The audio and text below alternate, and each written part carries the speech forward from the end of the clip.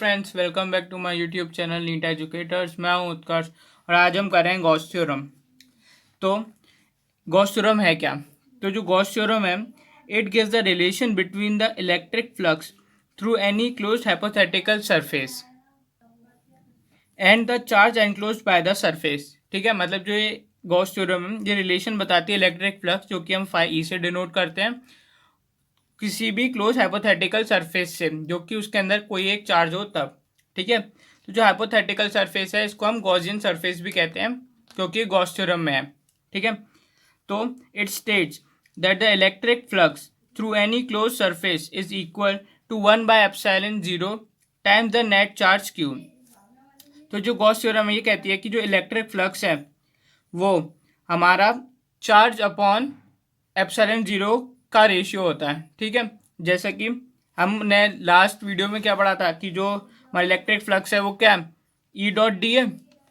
पर जो Gauss theorem है वो कहती है कि जो इलेक्ट्रिक फ्लक्स है जिसको हम ई डॉट डी से निकालते हैं वो क्यू अपॉन एप्सिलॉन जीरो से भी आ सकती है। ठीक है, तो अब इसका हम करते हैं प्रूफ।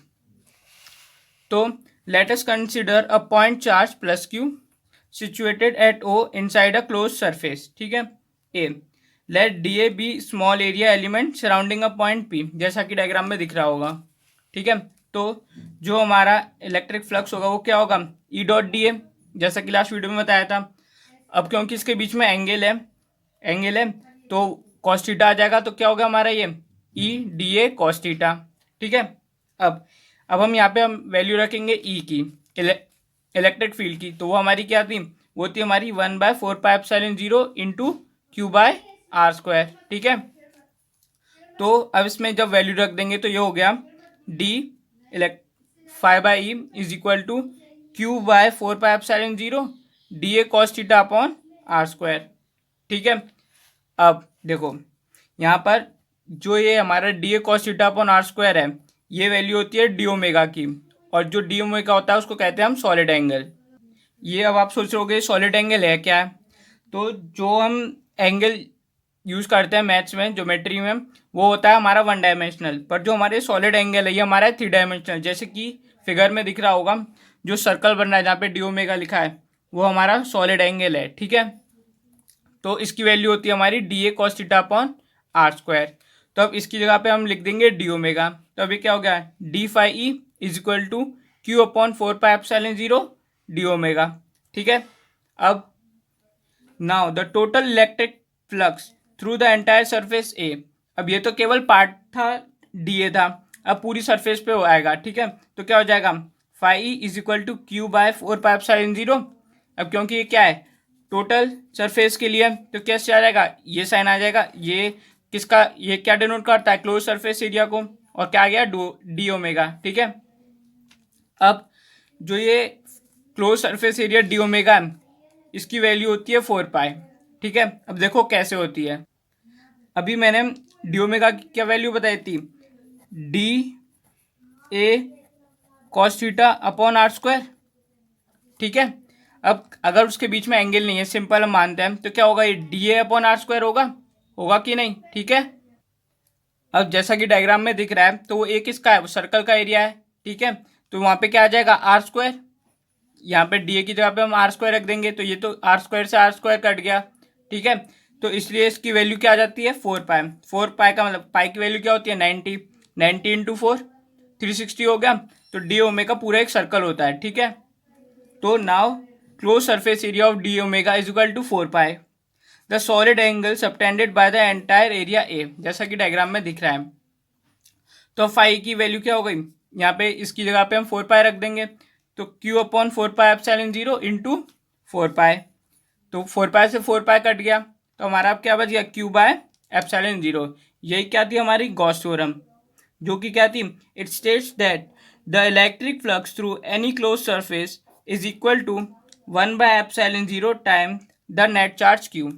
ठीक है, अब अगर ये तो केवल एक चार्ज के लिए, जैसा कि डायग्राम दिख रहा है कि केवल एक चार्ज है पूरे सरफेस एरिया में, अब अगर बहुत सारे सरफेस चार्जेस हैं तो क्या हो जाता है, इसका अर्थमेटिक आ जाता है, सारे चार्जेस को ऐड कर लेते हैं और उसका अर्थमेटिक निकाल के फिर आता है हमारा इलेक्ट्रिक फ्लक्स। ठीक है, अब इसमें एक कंडीशन है, ये तो हमारा था जब हमारा चार्ज किस में है, सरफेस एरिया के अंदर है। अब अगर सरफेस एरिया के बाहर होगा, ठीक है, तो if the charge is outside then at DA1, जैसा कि डायग्राम में दिख रहा है, तो जो हमारा DA1 A1 है वहाँ पे हमारा इलेक्ट्रिक फ्लक्स कितना होगा, -q/4πε0 डी ओमेगा। क्यों? क्योंकि जैसा कि मैंने लास्ट वीडियो में बताया था, जब भी रे इलेक्ट्रिक फील्ड की रे अंदर जाती है किसी भी सरफेस एरिया के अंदर, तो क्या होती है, 180 से जाती है, और जब भी 180 से जाएगी तो क्या होगी, वो माइनस में। तो इसलिए क्या है, माइनस में, क्योंकि इसका डायरेक्शन क्या है, इनवर्ट। और एट DA2 जो दूसरा एरिया है उस पर क्या होगा, ये क्योंकि वो बाहर की ओर जा रहा है तो क्या होगा, आउटवर्ड, तो किस में होगी, पॉजिटिव में। ठीक है, तो अब जो टोटल इलेक्ट्रिक फ्लक्स होगी वो क्या हो जाएगी, DA1 + DA2। अब क्योंकि ये माइनस में है और ये प्लस में है तो क्या हो गया, -+0 हो गया। तो जब भी कोई क्लोज सिस्टम होता है तो उसमें इलेक्ट्रिक फ्लक्स हमेशा कितना होता है, 0। ठीक है, hence if charge is outside a close surface area, जब भी बाहर होगा तो हमारा इलेक्ट्रिक फ्लक्स हमेशा क्या होगा, 0, विल ऑलवेज बी 0। ठीक है, अब कुछ इंपॉर्टेंट पॉइंट्स हैं गॉस थ्योरम से रिगार्डिंग, जो कि हम important points regarding Gauss theorem. तो पहला पॉइंट है ये, it is valid for only close surface. जो हमारी गॉस थ्योरम है ये केवल क्लोज सरफेस पे वैलिड है। ठीक है, जिनको हम गॉसियन सरफेसेस भी कहते हैं, जैसे कि हमारा हो गया क्यूब, हो गया क्यूबॉइड, हो गया सिलेंडर, हो गया। ठीक है, next point, the electric flux passing through a closed surface depends upon net charge enclosed by the surface, not on its position inside it। अगर किसी भी क्लोज सरफेस के अंदर हमारा कोई एक चार्ज है या बहुत सारे चार्ज हैं, तो जो हमारा इलेक्ट्रिक फ्लक्स होगा वो केवल उस चार्ज की पोजीशन पे डिपेंड नहीं करेगा, वो केवल उसके नेट चार्ज पे डिपेंड करेगा। मतलब सारे चार्ज अगर एक है तो उस चार्ज की ही जो वैल्यू आएगी वही आएगी, उसकी पोजीशन पे नहीं होगा कि कोई चार्ज राइट में कोई लेफ्ट में, ऐसा कुछ नहीं है।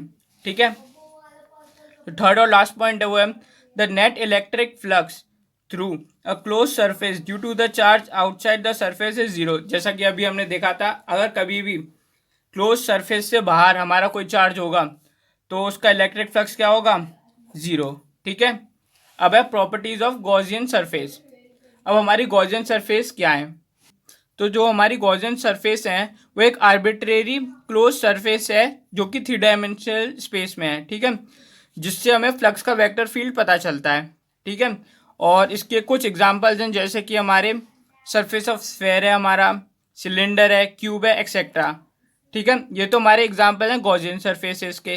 पर कुछ जैसे कि हमारी डिस्क सरफेस हुई, स्क्वायर सरफेस हुई, ये गॉसियन सरफेस नहीं होगी और इनसे हम इलेक्ट्रिक फ्लक्स भी नहीं पता कर पाएंगे क्योंकि इस पर गॉस थ्योरम काम नहीं करती है। ठीक है, तो सबसे पहली प्रॉपर्टी है it should be a close surface.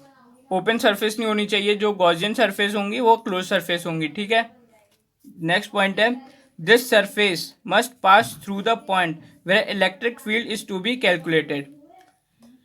ये जो सरफेस होगी वो वहाँ से पास करनी ज़रूरी है जहाँ का हमें इलेक्ट्रिक फील्ड निकालना है।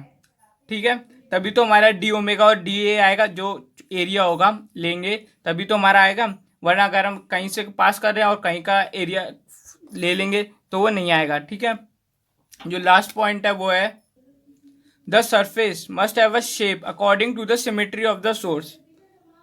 तो जो हमारी सरफेस है उसकी शेप सिमेट्री में होनी चाहिए सोर्स की शेप से। ठीक है, ये जो हमारा ये थर्ड वाला पॉइंट है, ये अभी हम एप्लीकेशंस ऑफ गॉस थ्योरम, जो मेरी अगली वीडियो होगी उसमें हम इसके बारे में डिस्कस करेंगे। ठीक है, तो इस वीडियो के लिए केवल इतना ही। अगर कोई भी डाउट हो तो कमेंट सेक्शन में लिख के पूछ सकते हैं।